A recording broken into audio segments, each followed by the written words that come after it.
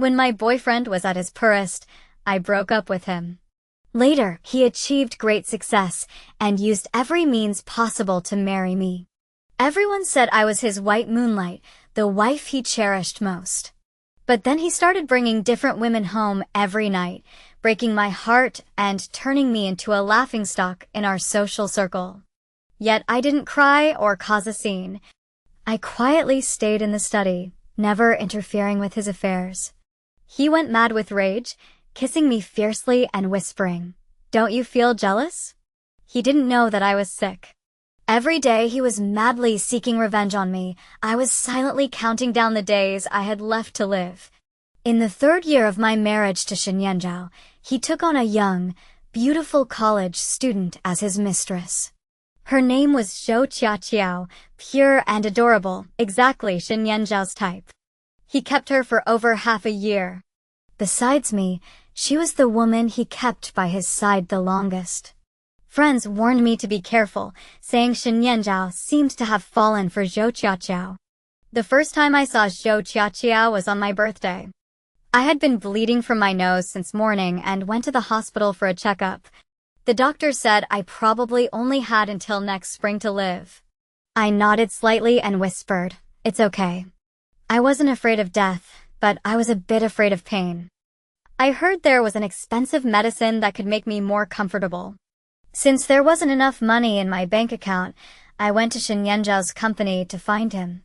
Coincidentally, Zhou Qiaqiao was there too. She had just graduated and was working as Shenyanzhao's secretary. Shenyanzhao was in a meeting, so I waited outside. Zhou Qiaqiao kept staring at me and whispered to her colleagues, "She's the boss's wife? She's so ugly, skinny, and looks like she's about to die. Everyone says I look like her. Where do I look like her? I'm much prettier than her." The bright glass reflected my pale face, wearing a bulky down jacket. I wasn't just ugly. I looked like I was about to die. A colleague pulled Zhou Qiaqiao aside and whispered, "She's just not dressed up. If she put on makeup, 10 of you combined wouldn't be as pretty as her. And don't you dare provoke her just because the boss favors you. You don't know how much the boss loves her. If you make her unhappy, watch out, the boss will kill you." Hearing that Shenyanzhao loved me so much, Zhou Qiaqiao scowled in disbelief and rolled her eyes at me. She brought me a cup of tea and asked in a soft voice, "Amelia, how could the boss make you wait so long? It's so strange." Every time I came to see him before, no matter how busy he was, he would always come to see me first. He said I was the most important person to him. I thought he was this considerate to other women too. She smiled sweetly with her eyes crinkled, and her smile reminded me of myself when I was younger. I thought about it. Shenyanzhao was indeed different with Zhou Qiaqiao. He had countless mistresses, treating them as tools to provoke me. Every night, he brought home different women, testing my reaction time and again. Shenyanzhao never got involved with them for long, maybe a day or two, or maybe 10 days or half a month. He always grew bored quickly. But with Zhou Qiaqiao, Shenyanzhao kept her outside, taking her out to eat, shop, and watch movies. They looked like an ordinary, loving couple. Shenyanzhao gave her money and love. I looked at Zhou Qiaqiao, smiled at her, and asked gently, "You're so important to him. How could Shenyanzhao bear to let you be the hidden Chloe? You should convince him to divorce me and marry you instead." Zhou Qiaqiao's expression suddenly changed. She was furious and whispered angrily, "The one who isn't loved is Chloe. You're the one who's unnecessary. You're just relying on the fact that you met Ethan a few years before me. But now you're old and ugly. What do you have to compete with me for?" Her colleague, probably afraid I'd get angry, rushed over to grab her arm and pull her away. Actually, I don't care. I've already told myself I won't get angry over Shenyanzhao, and I won't be sad over him. I certainly won't fight with another woman over him. He doesn't deserve it. Zhou Qiaqiao was pulled by someone, lost her balance, and fell to the ground, shattering the teacup in her hand. Her palm was deeply cut and blood flowed all over the floor. Shen Yanzhao saw the injured Shen Qiaoqiao through the glass of the conference room. Everyone was watching. He tossed aside the documents in his hands, pushed open the door, and rushed over, pulling Zhou Qiaoqiao into his arms. He coldly snapped, "Who the hell hurt her?" The kind-hearted colleague took a step back, terrified, his face pale. I sneered. "I did it. She deserved it." Zhou Qiaoqiao cried and glared at me, shouting, "Yes, it's my fault. Who told me to fall in love with someone I shouldn't have? They called me Chloe, a mistress. But Ethan, as long as you love me, I'll stay by your side forever. No one can separate us." She cried so adorably that even saying such absurd words made her seem brave and determined. Shen Yanzhao was amused by her and wiped away her tears, comforting her, "Be good, you're crying like a little kitten." He was truly different with her. I lowered my eyelids, unwilling to look anymore, and only said to Shen Yanzhao, "For this year's birthday, I want 50,000. It's funny we're married, yet we don't even have each other's contact information. Besides asking for money, I've never initiated contact with him. Before we got married, we agreed that he would have me, and I would have his money. Shen Yanzhao has always hated me for being a gold digger. But in the past, whenever I asked, no matter how much money I wanted, he would give it to me, never less than what I asked for. This time, however, he smiled at me, a cold smile, and said slowly, 'Money? You can have it. But, Meng, first lower your proud head and say, I'm sorry to Qiaoqiao.' Shen Yanzhao wanted to use 2 million to buy back my dignity and buy an apology for Zhou Qiaoqiao. This was the first time he had used money to humiliate me for another woman. I clenched my fists tightly and smiled softly. I forced back the sudden pain surging through my body and turned to leave. "Money, I don't want it anymore." I suddenly became curious about Shen Yanzhao. If one day you knew that this money could let me live a little longer, if you knew how much suffering I endured before I died, what expression would you have? I returned home alone, curling up in bed in agony, sweating coldly from the pain. I took some sleeping pills and lied to myself. If I fall asleep, the pain will go away. In a daze, I had a dream. I dreamed that when I was 20, Shen Yanzhao was poor, but he loved me deeply. That year, on my birthday, I passed by a coffee shop and saw a couple sitting by the window. The girl held a small, snow-white cake in her hands, which looked delicate, delicious, and expensive. I still remember that it was snowing heavily that day. I held a small pile of snow in my hands, smiled at Shen Yanzhao, and asked him, "Yanzhao, look at this pile of snow. Doesn't it look like a cake?" Shen Yanzhao bit his lip, wrapped his arms around me tightly, and didn't let me see the tears welling up in his eyes. 3 days later, he appeared at the entrance of my dormitory building holding a large cake. Buying the entire cake cost 258 yuan. He had stood on the windy, snowy street, handing out 3,000 flyers, and only managed to earn 100 yuan. I looked at the frostbite on his fingers and couldn't help but cry out. I looked up at him and shouted, "Shen Yanzhao, your hands are meant for reading and writing. They're not meant to be ruined just to make me happy." I said I didn't deserve such an expensive cake. Shen Yanzhao furrowed his brows and immediately refuted me. He said, "Meng, you're the best girl in the world. You deserve all the good things in this world." That day, I cried while eating the entire cake. After a long time, I couldn't remember its taste anymore. All I knew was that after that day, I never tasted a cake as delicious as that one again. I slept for a long time, and in a daze, I heard my phone ringing. I answered the call and heard Shen Yanzhao calling me, "Meng." I smiled softly and called out to him sweetly, "Yan, it's snowing heavily. I want to eat cake." Before he could respond, I rolled over and fell back into a deep sleep. I slept until midnight when hunger woke me up. When I went to the living room to look for something to eat, I discovered that Shen Yanzhao had returned. He had bought Zhou Qiaoqiao a big house. They were living there together. Zhou Qiaoqiao would cook for him, cheer him up, and wait for him to come home. Shenyanzhao was living well. He hadn't come back for a long time. He was lazily leaning against the floor-to-ceiling window, holding a cigarette in his mouth, staring intently at me.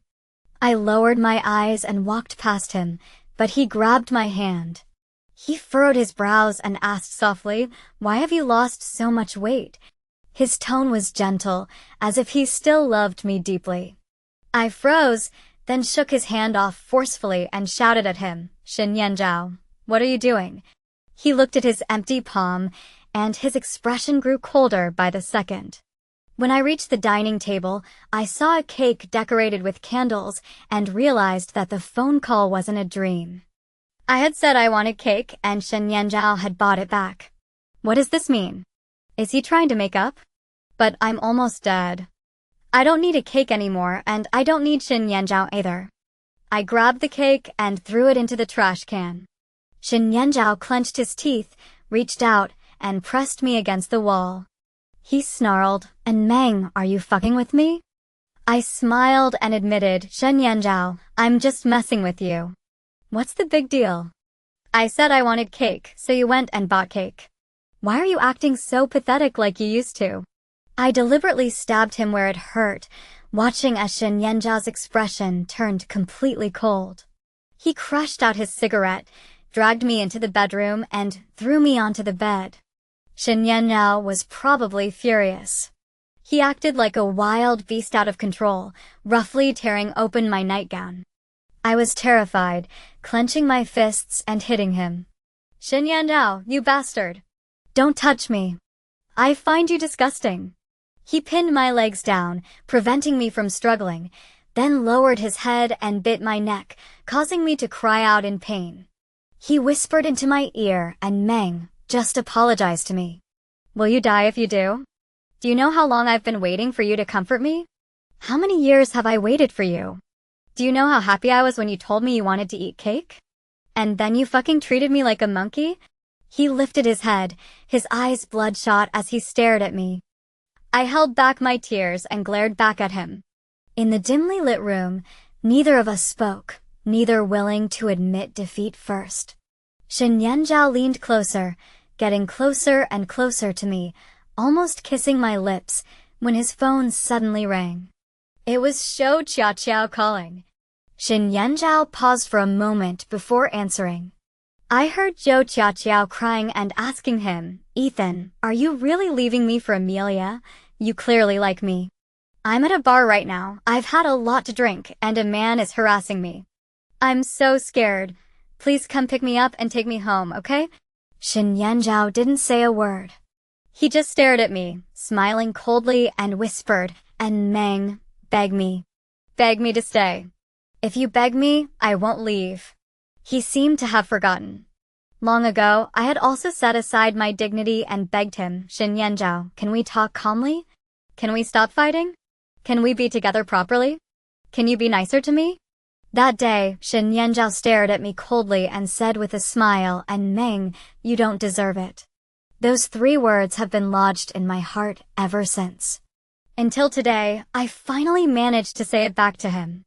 I grabbed his collar and said, word for word, "Shenyanzhao, you don't deserve me." Shenyanzhao fell silent for a moment, then laughed sarcastically. He put the phone to his ear and said to Zhou Qiaoqiao, "Wait for me to pick you up." Without looking at me once, he stood up and slammed the door shut. The next day, photos of Shenyanzhao getting into a fight with another man over Zhou Qiaoqiao spread throughout the circle. This was the first time his affair with another woman had become public knowledge. Several journalists were waiting outside my home, and when I stepped out, they swarmed me with questions. Shenyanzhao's company had grown rapidly in recent years and held significant influence in Los Angeles' social circles. He was young, wealthy, and handsome, with a significant online presence and frequently trending on social media. A girl asked me, "Mrs. Shen, do you have anything to say about the matter involving Ethan and Zhou Qiaoqiao?" I kept walking forward, not looking back, and retorted, "One is a man who cheated on his wife, and the other is a woman who knew he was married, yet still pursued him. What do you want me to say?" The girl chased after me and continued, but I heard that back when Ethan was at his poorest, you dumped him for money. Later, when he became successful, you used your emotions to manipulate him and married him by any means necessary. Now Ethan has found his true love, and he and Xiao Xiao are a perfect match. It's you who insists on clinging to the title of Mrs. Shen and calling others Chloe. Don't you think you're the one bullying others? I stopped in my tracks, gave her a cold smile, and grabbed the work ID from her chest. She was an intern reporter, and the back of her ID card holder held a Stanford University student ID. I asked her calmly, "You're Zhou Qiaoqiao's friend, aren't you?" Back then, Shen Yanzhao resorted to any means to marry me. Do you think I wanted to marry him? Everyone in the industry knows about this. Don't you? Or are you here to smear me just to help your friend Chloe climb the ladder? Her expression changed, and she frantically snatched back her ID card, defending herself with a straight face. We are indeed friends, but I'm a journalist. Everything I say is objective and fair. If you really didn't want to marry Ethan, why didn't you divorce him when he fell in love with someone else? I smiled, about to speak, but suddenly started bleeding from my nose, looking quite disheveled. Someone mocked me, saying, "Mrs. Shen says she doesn't care, that she was forced to marry Ethan, but now she's so upset she's bleeding from her nose." I wiped the blood off my lips with my fingertip. I calmly said, "I'm not upset. I'm just sick. I'm dying. I've been bleeding from my nose lately." The crowd suddenly fell silent, and no one laughed anymore. Only the girl continued, "What are you pretending? Bleeding from your nose and pretending to be sick and pitiful. I really can't stand women like you. To steal a man, you're willing to act like you're dying. You've resorted to such shameless tactics. You're a disgrace to women." After she finished, she flipped her ponytail and walked away. Her back was just as repulsive as Zhou Qiaoqiao's. The video of me being surrounded by journalists for an interview quickly went viral. Shen Yanzhao responded directly, saying, "I will never divorce her. Stop bothering my wife." That afternoon, Zhou Qiaoqiao's journalist friend was fired. Many netizens criticized me. "This woman is disgusting. If she didn't want to marry him, she shouldn't have. It's like someone forced her at knife point.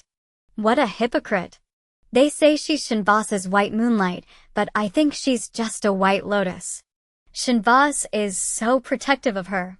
I'm jealous. And this woman dumped Shen Baozong for money before, and now she's marrying him again for money. She says she doesn't want to, but she's just pretending to be virtuous. She's a prostitute trying to build a reputation." Suddenly, a netizen interjected, "Shut your mouths. You don't know the truth, so just shut up." Everyone started asking him what the truth was. This story, when you think about it, is pretty mundane. That year, my mother was diagnosed with a terminal illness. The doctor said the genetic likelihood of the disease was very high. Not only could I fall seriously ill at any moment, but if I got married and had children, there was a high chance they would also be at risk of developing the disease. On the day my mother fell ill, she bled a basin full of blood from her nose. She lost too much blood and fell into a coma for 3 days. When she woke up, she told me to break up with Shen Yanzhao. I stared at her blankly and whispered, "Mom, he won't abandon me."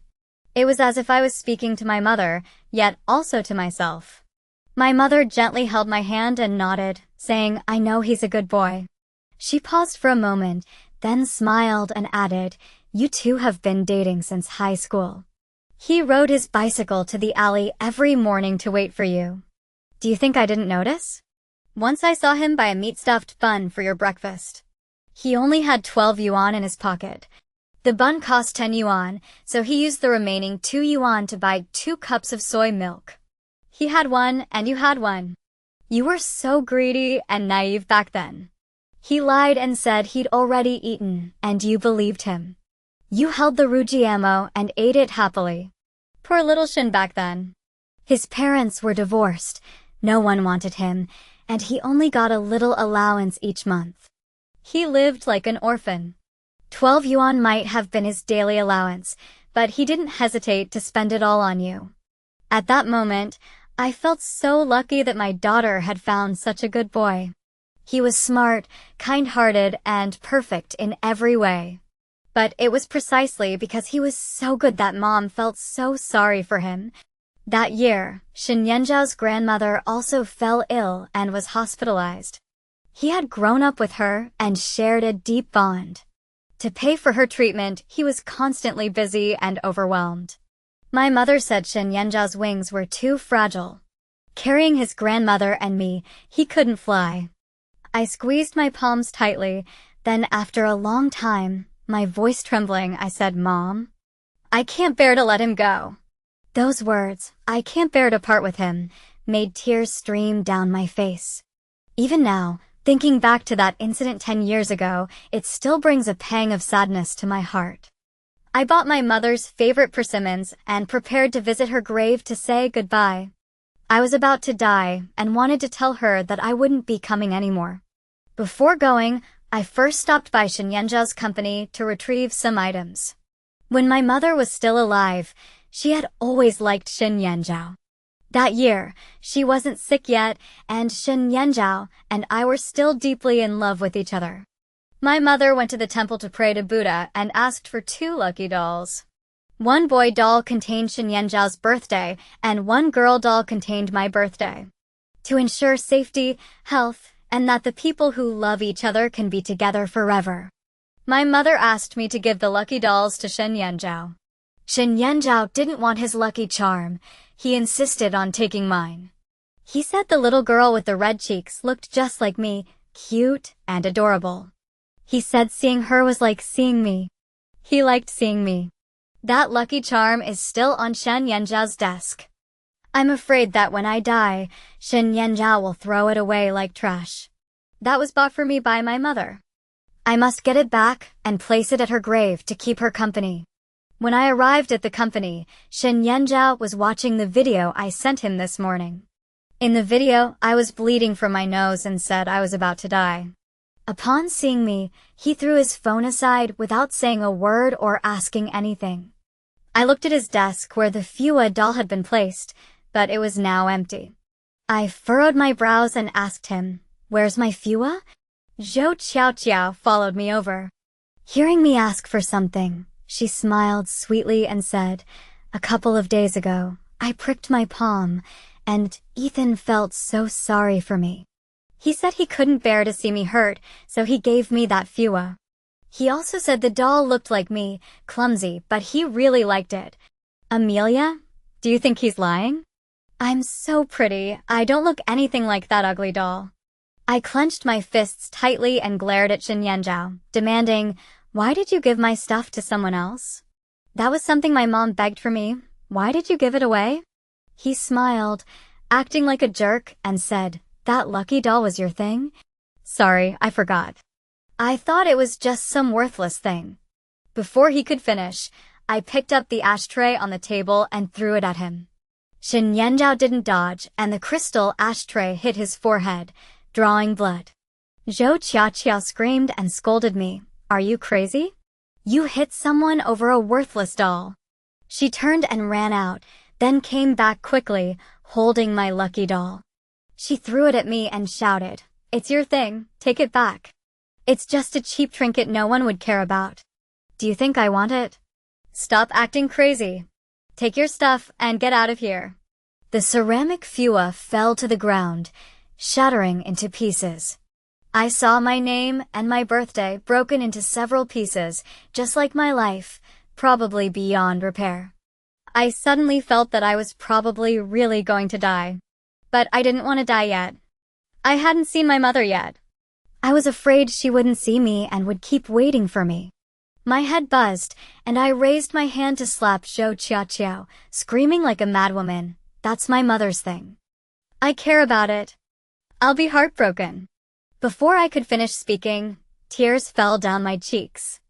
I reached out to pull Zhou Qiao, but Shen Yanzhao grabbed my wrist and stopped me.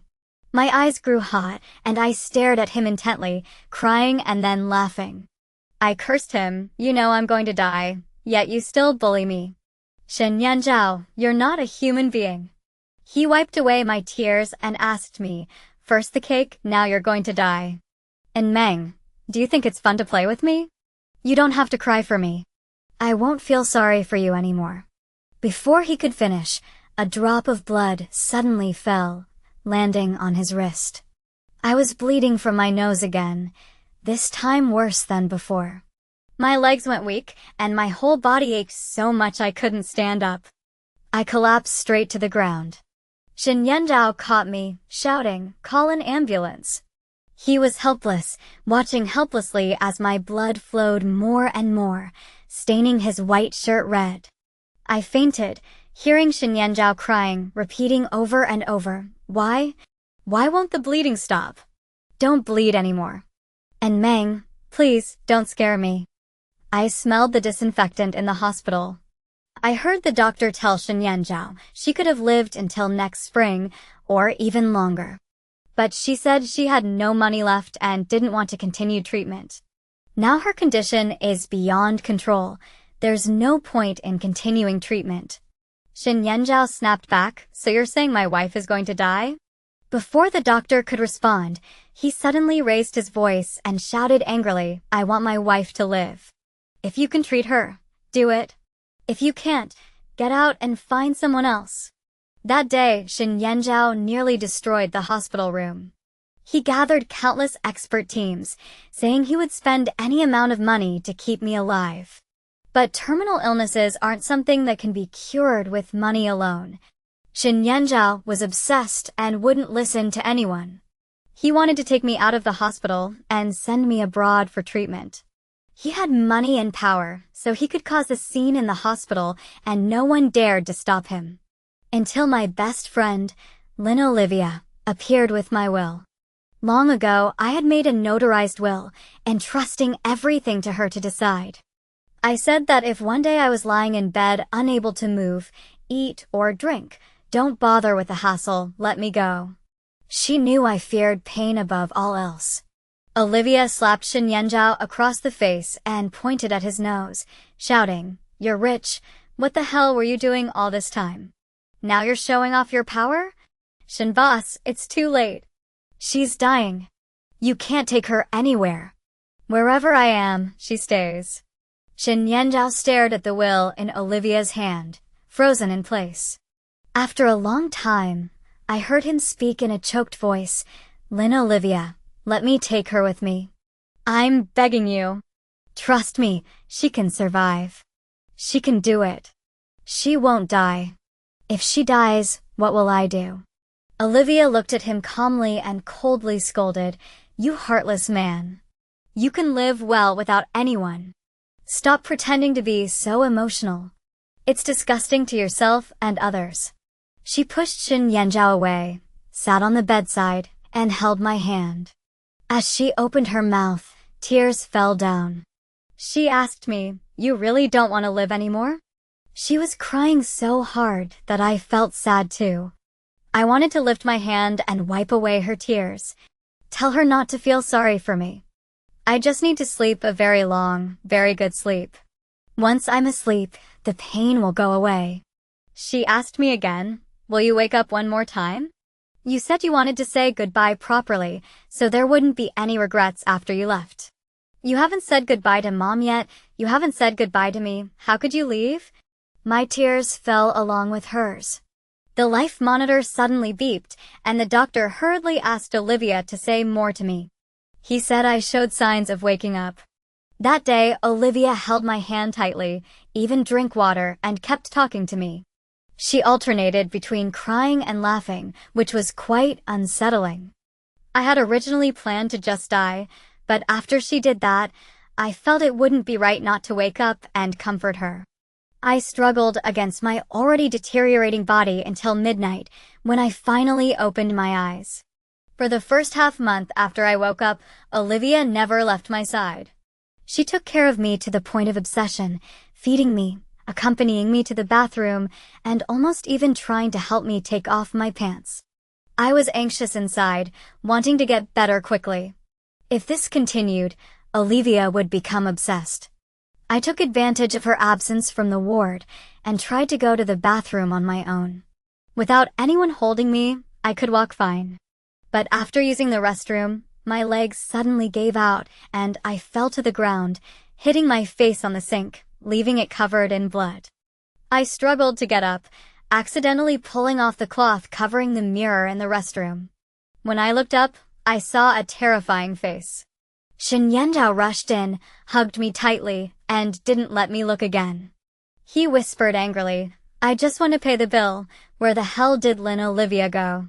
She's useless." I couldn't push him away. I frowned and interrupted him. "Don't talk bad about Olivia in front of me. I don't like it. She has her own life, her family, and her job. Unlike me, who's just sitting around causing trouble and causing her more trouble." Shen Yanzhao shut his mouth and didn't say another word.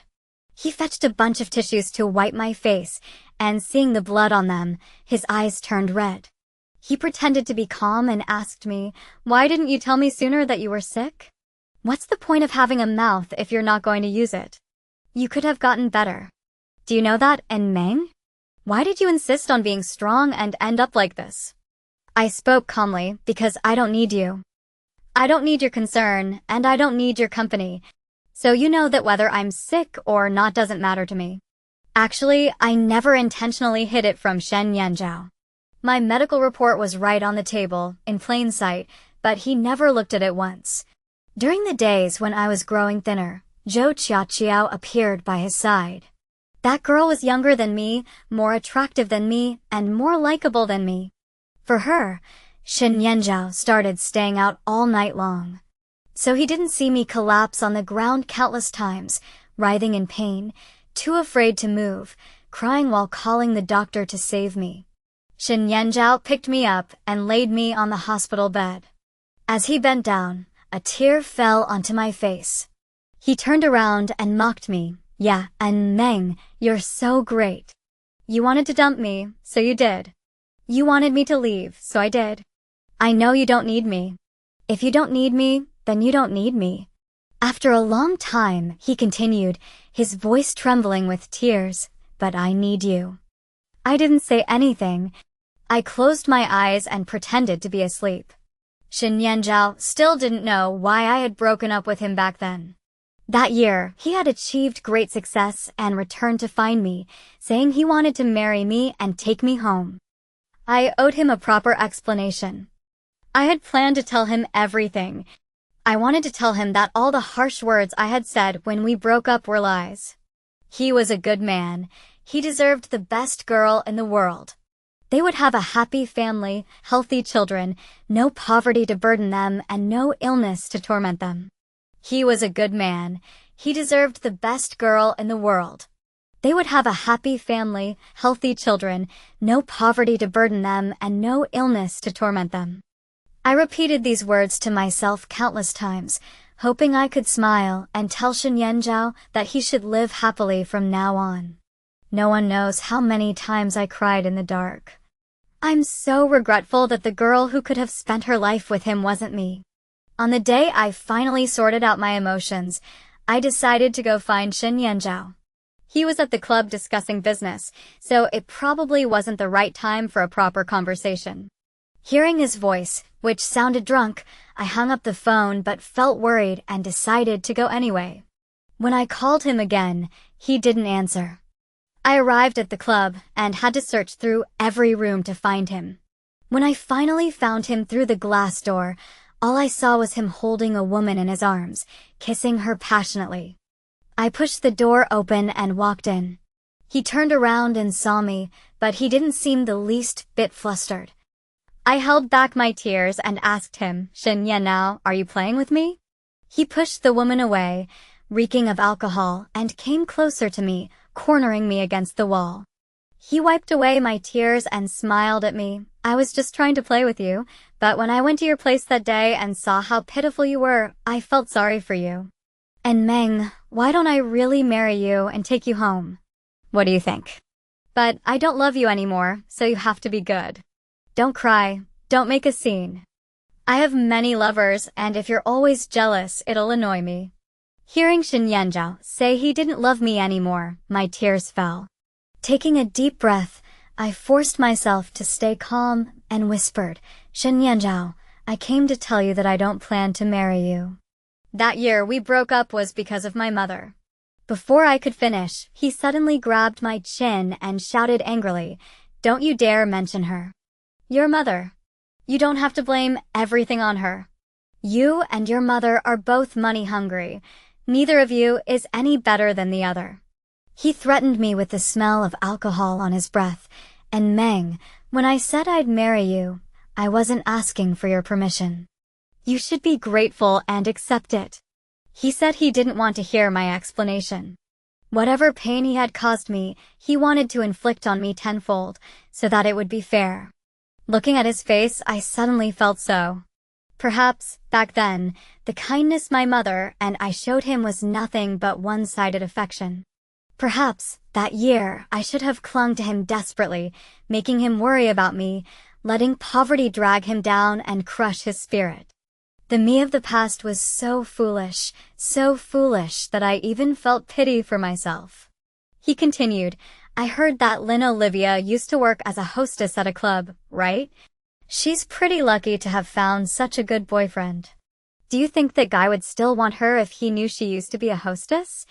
I was so angry I trembled all over. I raised my hand and slapped Shen Yanzhao across the face, calling him a bastard. His tongue pressed against half my face as he smiled, pinching my chin and saying, and Meng, to get back at you, I can do even worse things. If you don't believe me, you can try. Shen Yanzhao was ruthless, and I dared not try, afraid of ruining Olivia's hard-won good life. I could only tell myself that I was already a worthless person. It didn't matter where I ended up. Marriage was marriage. This revenge lasted a long time.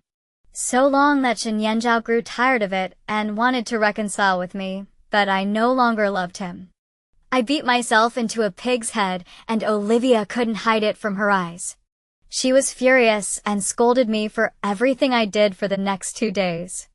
I cried so hard that I covered myself with the blanket and shouted, You're such a mean woman. You only bully me. If you're so brave, take me to find my mom. You'll never be able to outscold her. Olivia remained silent for a long time. After a while, she stroked my hair gently and comforted me. Once you're fully recovered, I'll take you to find your mom, okay? I knew she was lying to me, and I knew I wouldn't get better. But I didn't want her to worry, so I smiled and nodded, saying okay. I started to recover more diligently, taking handfuls of medicine and getting injections that left my arms bruised and purple, but I didn't even cry out in pain. Shen Yanzhao watched from the side, clenching his teeth and slamming the door shut. At night, I heard him arguing with Olivia. And Meng wants to see her mom. Can't you understand? What's the harm in letting her go once? Olivia scolded him.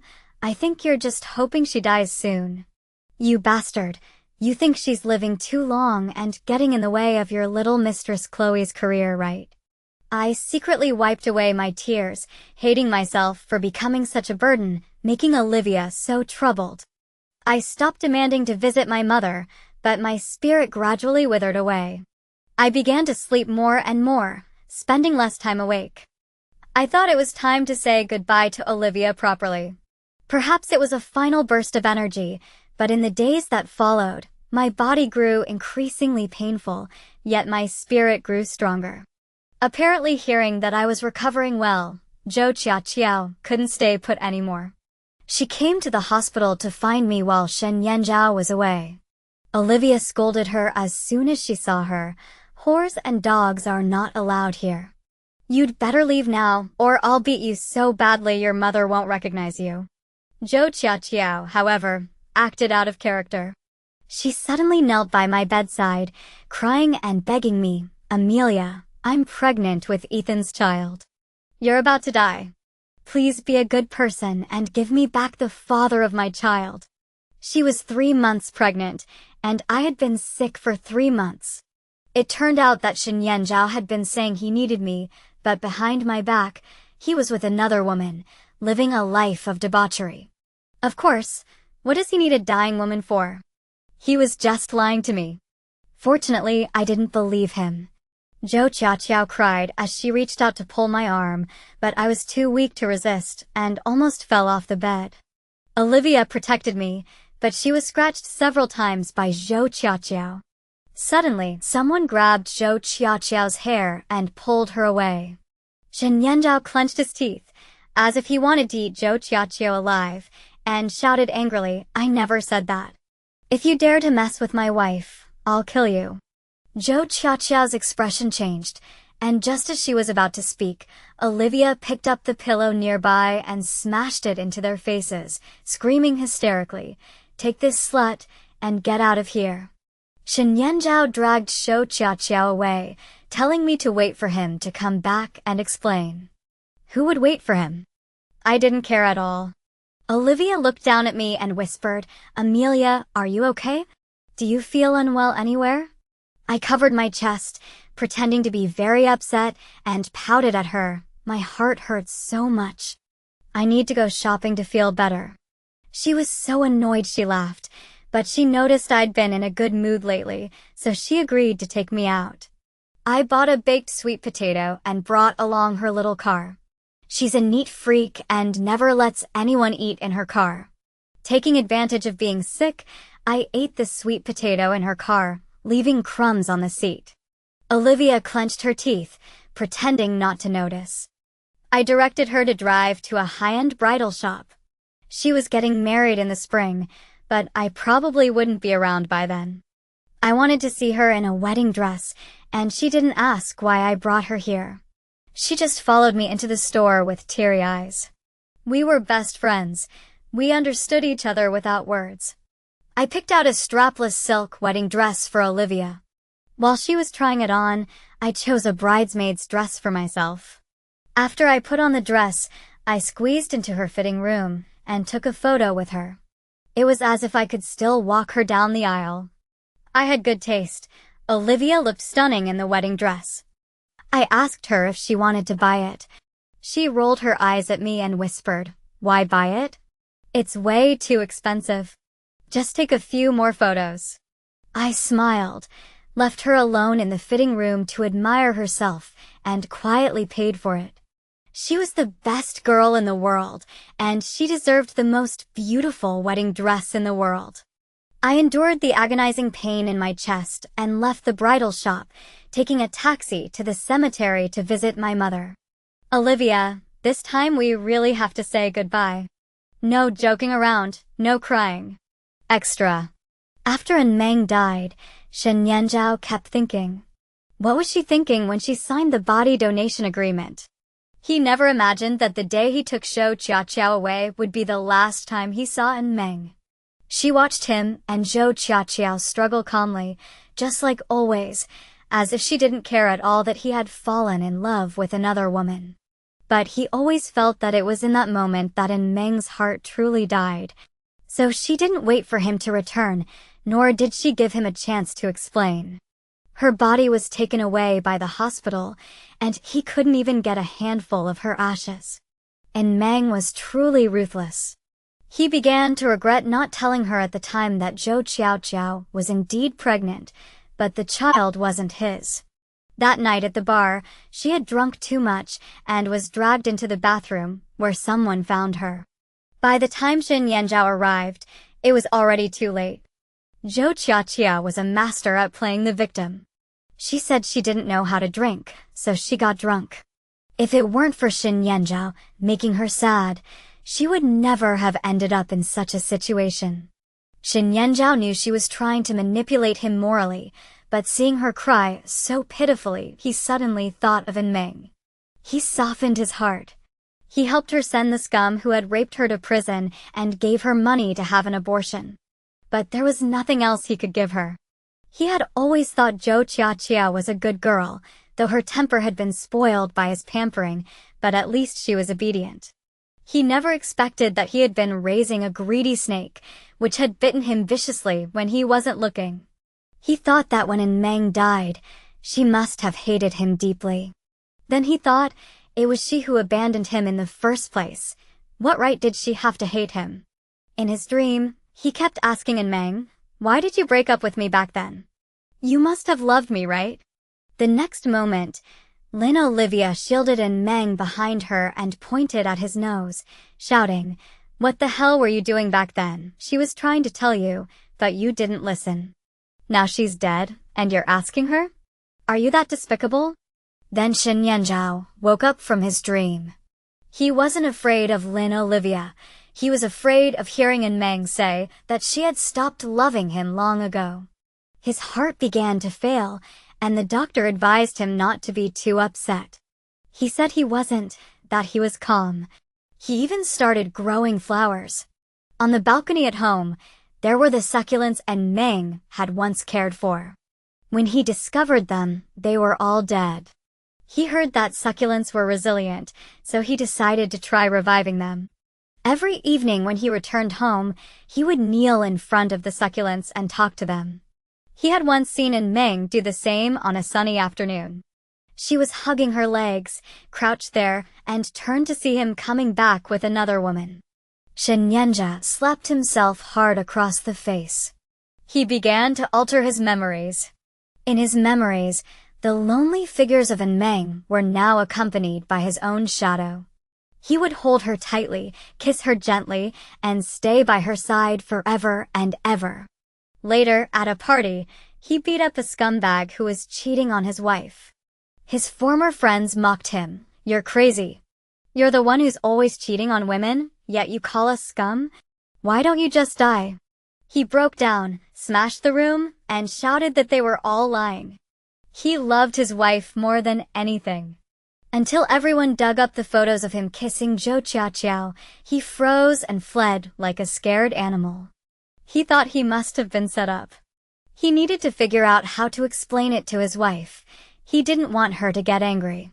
Anger was bad for her health. He rushed home, but as he stepped out of the elevator, he saw a pregnant woman standing at the door. He recognized her. She was the woman in the photos.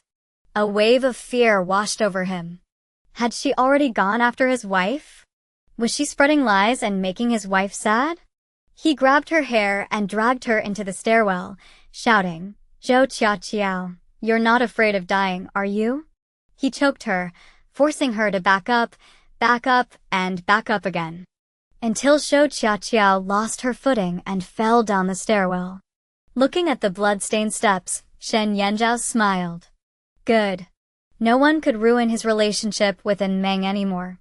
2 weeks later, Shen Yanzhao was admitted to a psychiatric hospital. His behavior was indistinguishable from that of a normal person. The only odd thing was that he constantly referred to a broken Lucky doll as his wife. The doll was in shambles, covered in glue, with cracks all over its body and a piece missing from its chest, as if its heart were gone. Shen Yanzhao always placed it on his bedside table and smiled at it. He asked it, Wife, why haven't you come to see me yet? Ian misses you so much. What about you? Do you miss me? After a moment, his eyes welled up with tears, and he murmured, I forgot. Those without hearts don't understand longing. He suddenly remembered. Long ago, he had lost In-Meng's heart. End.